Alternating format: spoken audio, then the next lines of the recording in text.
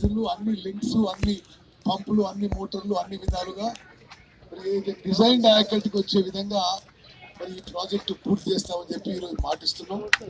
మరి ఈరోజు సంతోషం, ఈ ఒక పంపు ఆన్ చేసి మరి 600 క్యూసెక్స్ నీటి విడుదల చేయగలుగుతున్నాం.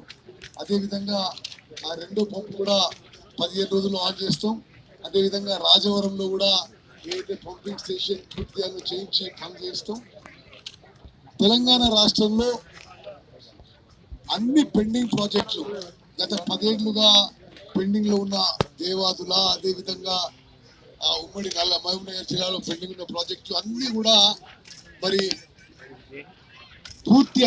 పూర్తి చేసి పూర్తి ఆయకట్టు వచ్చే విధంగా మా ప్రభుత్వం ప్రయత్నం చేస్తుందని, తక్కువ ఖర్చుతో ఎక్కువ ఆయకట్టు వచ్చే విధంగా మా ఇరిగేషన్ పాలసీ మేము ముందుకు పోతామని చెప్పి నేను మనవి చేస్తూ, మీడియా మిత్రులకి, ఇక్కడ వచ్చేసిన అక్కలు, చెల్లెళ్ళు, అన్నలు, తమ్ముళ్ళు అందరూ కూడా నమస్కారం, ధన్యవాదాలు, థ్యాంక్ యూ.